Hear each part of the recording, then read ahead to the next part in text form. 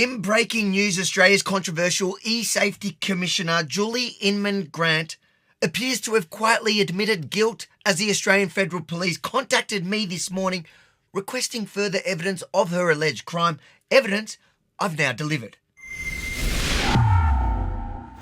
In a stunning development, Australia's unelected online regulator, Julie Inman-Grant, has quietly disabled WhatsApp's disappearing messages feature merely days after I reported her to the Australian Federal Police. You see, last week while I was investigating a separate story about her office shielding a Hamas-linked doctor, I discovered that Julie Inman-Grant had WhatsApp's disappearing messages feature enabled when I sent her the media request. And later, I noticed that my original message had vanished, fueling suspicions that Australia's unelected online safety czar was ironically flouting the Archives Act 1983 by erasing her own digital footprint. You see, as a federal public servant, Inman-Grant's communications are legally required to be preserved for potential audits or freedom of information requests or even legal subpoenas. Section 24(1) of the Archives Act make it a criminal offence to destroy Commonwealth records, which includes digital communications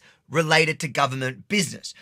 So, when I realised that my media requests had automatically vanished after 24 hours, I consulted legal experts who confirmed that using disappearing messages in this context likely break the law. I then reported Inman-Grant to the AFP, providing them with the legal advice I'd received and pressed them to confirm if they were investigating. Now, the AFP initially did brush off my media inquiry with a blunt no comment. But they circled back today asking me for more evidence. And imagine my shock when I went to look. Inman-Grant's WhatsApp settings have abruptly shifted. The disappearing messages feature is now off, ensuring future messages stick around, or at least for the moment. But too bad for her, I've already handed the original evidence to the feds.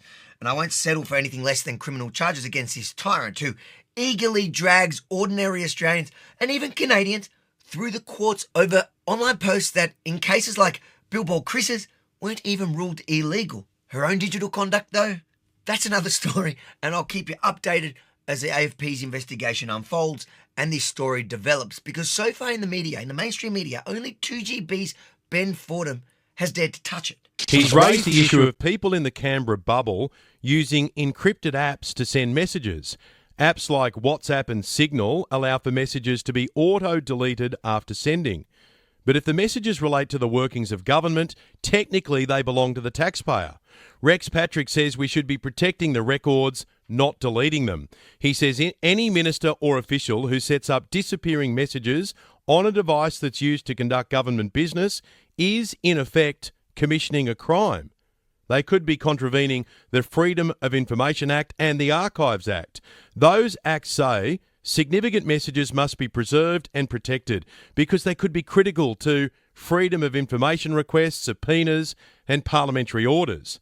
They help hold our elected and unelected officials to account. And one top bureaucrat has been caught deleting her messages.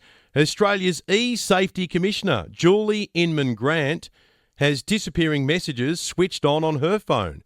How do we know? Well, the journalist Yemini from Rebel News exposed it. He sent her a media request via WhatsApp and he noticed that the eSafety Commissioner had disappearing messages turned on. He asks, how can the bureaucrat tasked with regulating Australia's online safety delete her online footprint? And Yemini's now reported Julie Inman-Grant to the Australian Federal Police.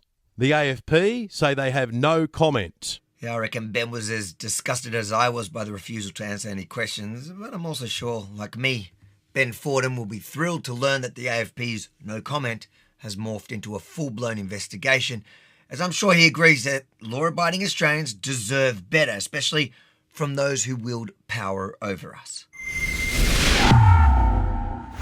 If you believe the eSafety Commissioner should be held accountable like any other Australian, then like, comment, and above all, share this story far and wide because yes, Ben Fordham's coverage, it was solid, but it's nowhere near enough. We need your help to amplify the news.